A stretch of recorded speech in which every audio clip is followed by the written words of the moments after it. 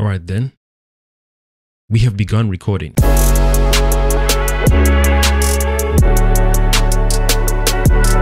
Greetings, ladies and gentlemen. It is I, your one and only host, the Cosmic Jedi.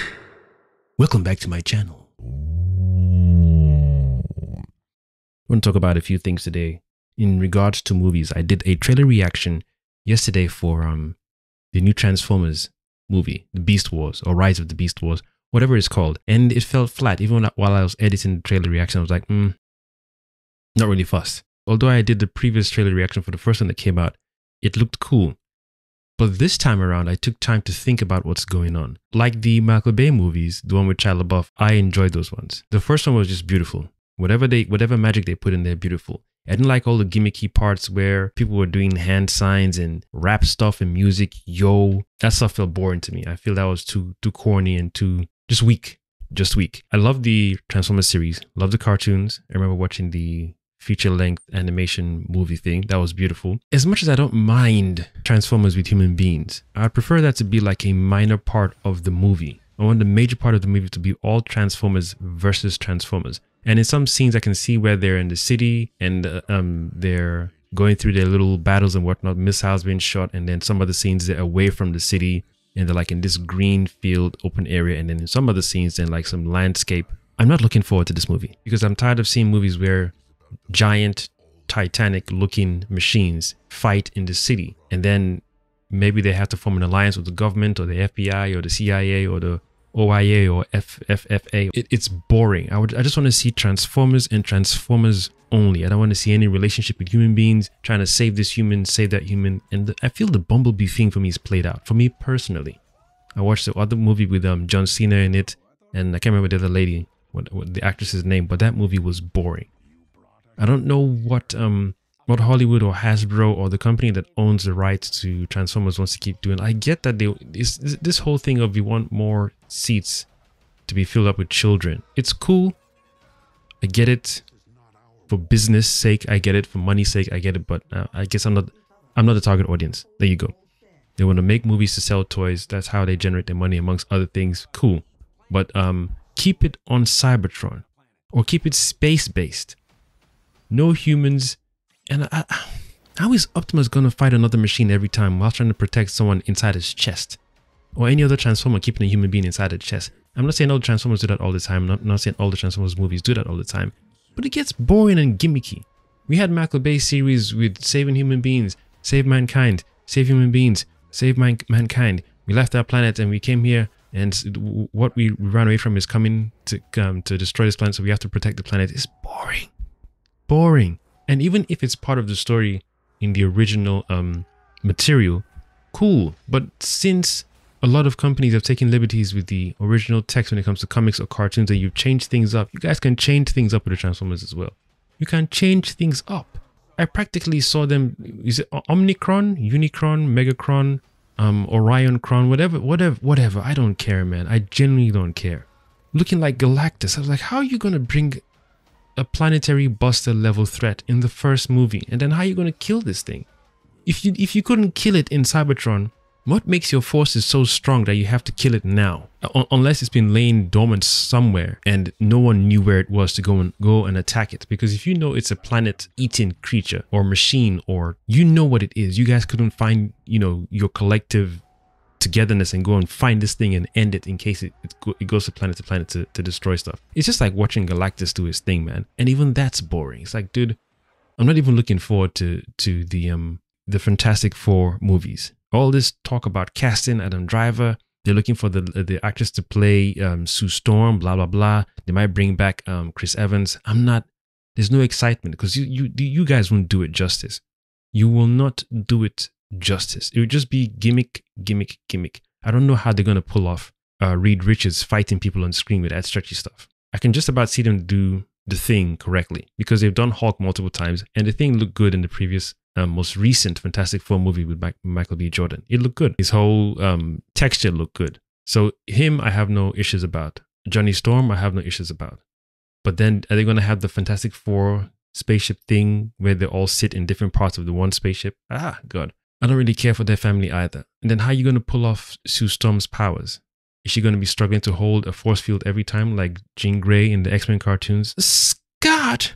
I can't hold it any longer. Scott! Boring.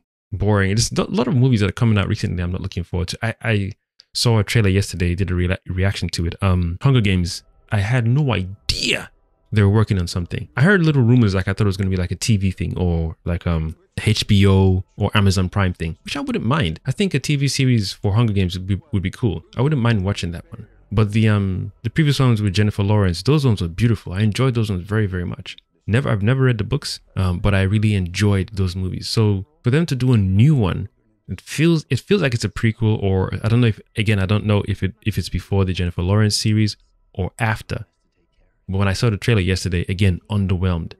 And they've got Viola Davis in there. That actress is a powerhouse, man. And even in the trailer, there was no reveal of, some little something to get me hooked to think to myself or feel like, yeah, I gotta see this one.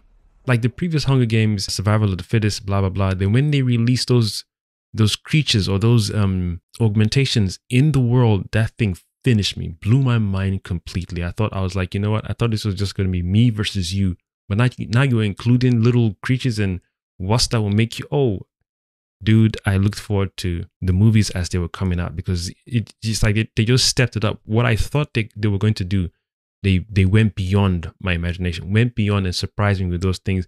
Whereas we who've seen those movies, and then you're telling me that you've got a new Hunger Games series coming out, movie coming out. I haven't seen any of those elements that I enjoyed in the previous movies. So I'm like, well, how are you going to hook me as someone who's seen the previous movies? And I know those who've read the books are definitely going to see it, especially when you got great fans or a massive following. But for someone like me, fresh off the boat, just seen the movies, not even interested in the books, why have they decided to make a new one? I don't understand who's asked for that. New Harry Potter movie or Harry Potter series, I'm down. In fact, they did Harry Potter like The Last of Us. Oh, I don't know how that would be some cool, like you just kept it, tight. You could pull it off. I think you could pull off Hogwarts boarding school TV show. 20 episodes. The same way they did with Wednesday. Wednesday was a pretty good Netflix show. That was a pretty good Netflix show. I didn't know they could pull it off. But they did a great job on it. And then I can't remember, there's another movie I saw, Inspector Poirot. Did a reaction trailer to that one too. I'm gonna delete that one because I thought it was a horror movie. I can't remember the title, but something to do with the haunting of something. And I thought, okay, here's another horror trailer. People seem to like me reacting to horror movie trailers. Jumped on it, and then it just looked like there was no monsters. There were jump scares, flashing lights, sounds, everything, but no monsters. So I thought, okay, what kind of trailer is this? It's called The Haunting of something. And then at the end, they then reveal Inspector Poirot with his mustache and his accent. I was like, is he doing horror movies now? Is this a detective story? Instantly deflated, because now I just think to myself, maybe someone got drugged, or maybe there's something that they're going through as a collective hallucination, and then someone needs to confess. But even if it's not that and I'm overthinking the whole thing, I literally went into that trailer expecting a horror trailer, only to get the reveal at the end, Inspector Poirot. I was like, oh, you son of a bugger. But aside from that, looking forward to the Extraction Part 2. Looking forward to the Spider-Verse. Looking forward to the Equalizer Part 3. Oh, my goodness.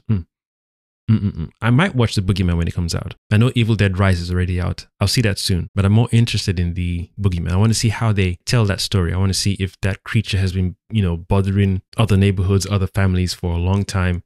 And then this is just the story of this particular family. Because if they don't kill the creature, then maybe you could have like a anthology thing. Same creature, different family, but different ways of killing the different families. Almost like It, where it's just the town where everyone is, is under its spell, and it just goes for different children and part 1, part 2, part 3. You could tell different stories with the same clown. So you could do the same thing with Boogeyman. It just terrorizes different families, and some families escape, some don't. I'm definitely looking forward to the Flash movie too. That trailer so far. Although I saw something recently released, I don't know if it's a Chinese or Japanese edited trailer, and there was a few scenes where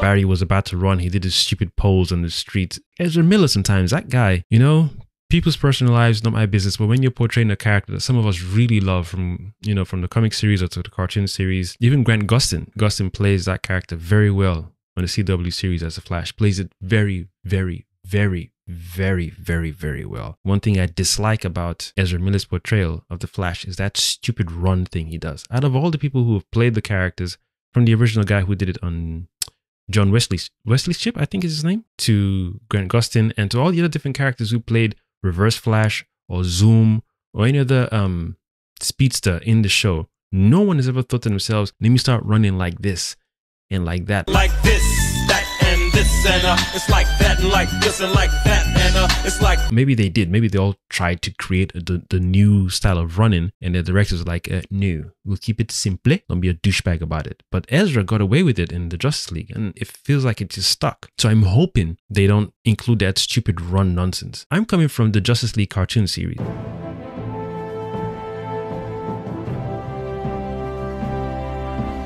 Not the movies, yes, before the animated movies, the season, as in Justice League Unlimited, that whole season, I've rewatched that over and over and over and over again. One of the best animated series, aside from the Batman and the Superman Adventures on DC's roster. One of the best.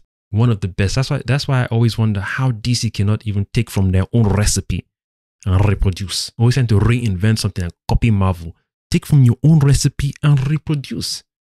Take some of the great stories that work, combine some stories from the different episodes of your own plethora of knowledge, your own basket of goodies, and just reproduce. Reproduce the thing. I'm going to do a separate video for DC movies, man, because god damn, I'm not even looking forward to the Aquaman movie. I don't care. I don't care. Because right now DC is just dead to me. And the Flash movie, I was 100% in.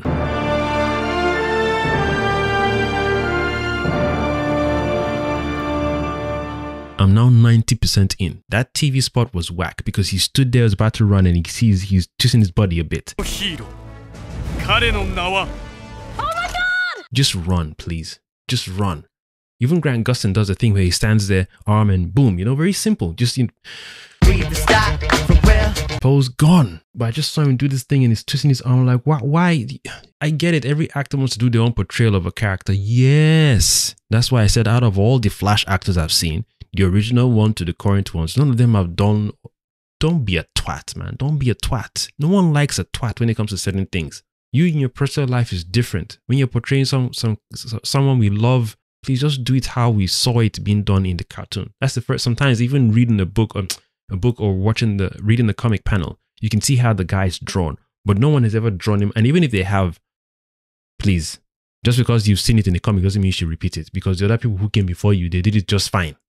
Just fine. You'd subtime to, Then there was a few girls in the street saying, I love you, Flash. I was like, I love you. Thank you. You seem very nice. Oh my god.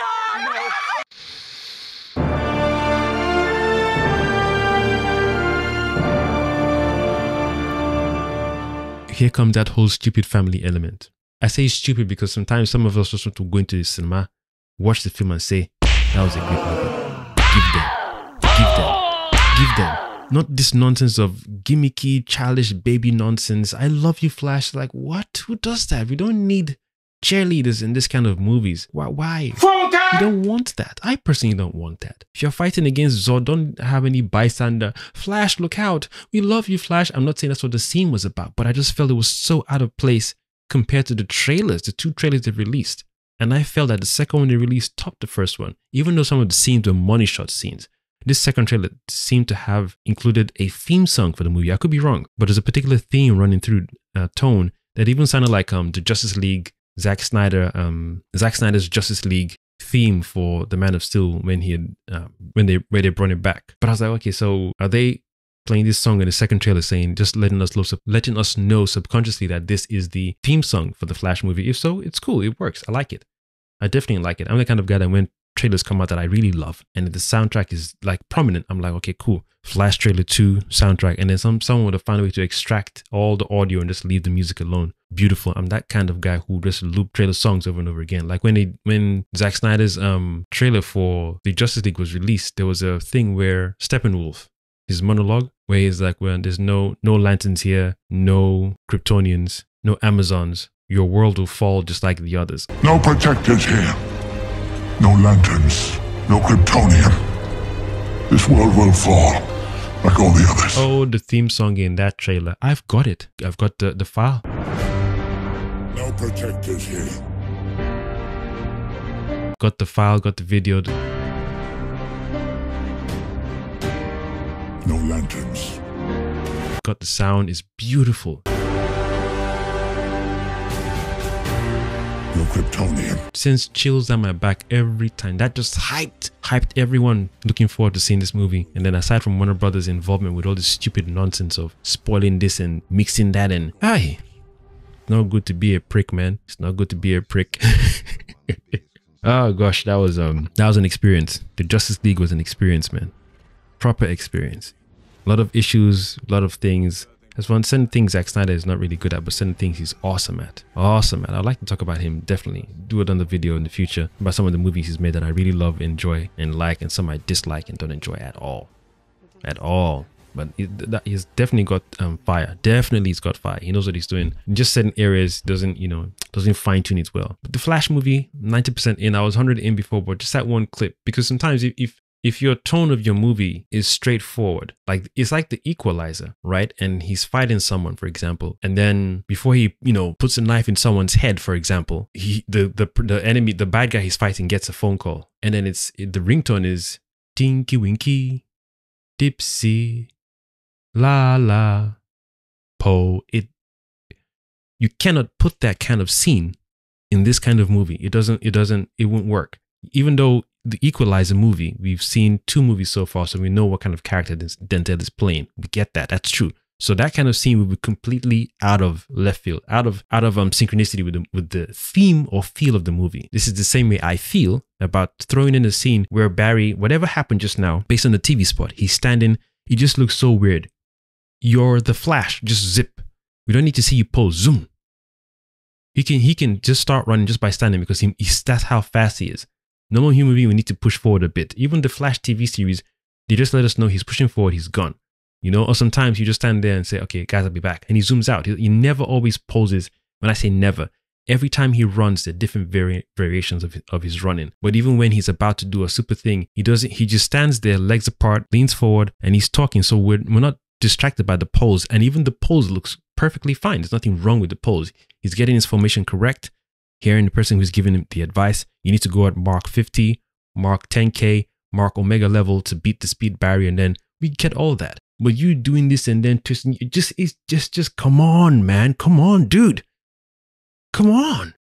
So those little things take me out. Those little things to me feel like the same way you're about to just finish this guy and then his ringtone is Teletubbies. What are you doing? It just removes the people we've been called here to enjoy this thing. We give you money. Here's the experience we want to put you in. What's this world? The world is about this guy who wants to save his mom and blah, blah, blah. Okay, so there's going to be some light humor. Light humor when it's Barry between Batman, Barry between the villains. We know Barry does this quippy talk like Spider-Man. But when Spider-Man is fighting someone, trying to remove the gauntlet from Thanos' arm, and then someone's like, I love you, Spider-Man. I love you too. Those things bother me. I know I'm still repeating and ranting about the same thing, but the thing, they do me for a year. I was like, wow, why would you, who directed this scene? Why would you put this in? Why would you do that? Why would you put that in this? Because the trailer put your movie here. This is the story. He wants to save his mom or his parents because he's got these powers. And he's thought to himself, there's no reason I can't do this. I mean, this is probably the reason why I got given these powers in the first place. To be able to do this and then bring back my parents, save my parents and stop my mom from being killed. Of course, why not? Standard. You now put your movie based on your trailer here. Then in your TV spot, I love you, Flash. Why? Nah, that's questionable, fam. Highly questionable. Highly questionable.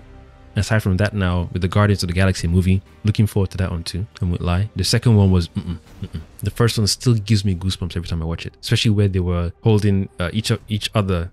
When Quill held the Power Stone. And then they all join hands and absorb the energy. It still sends chills down my spine. Beautiful. Beautiful. And then when the theme song is playing, then it just sets into your mind, oh, that's their theme song.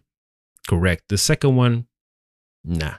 There was a few scenes that just bothered me, especially when Rocket was talking to Yondu about trauma or whatever. Even though I saw an interview recently with James Gunn, giving the themes of each movie, talking about different themes of trauma and healing. I get it.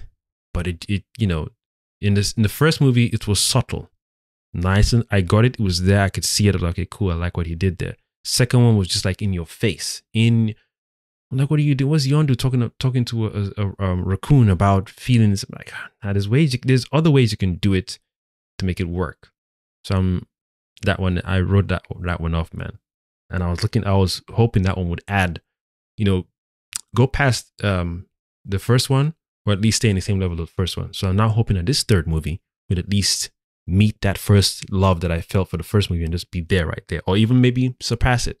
Even if it's just slightly dip, as long as it's not in the same level as the second one. Otherwise, god damn it.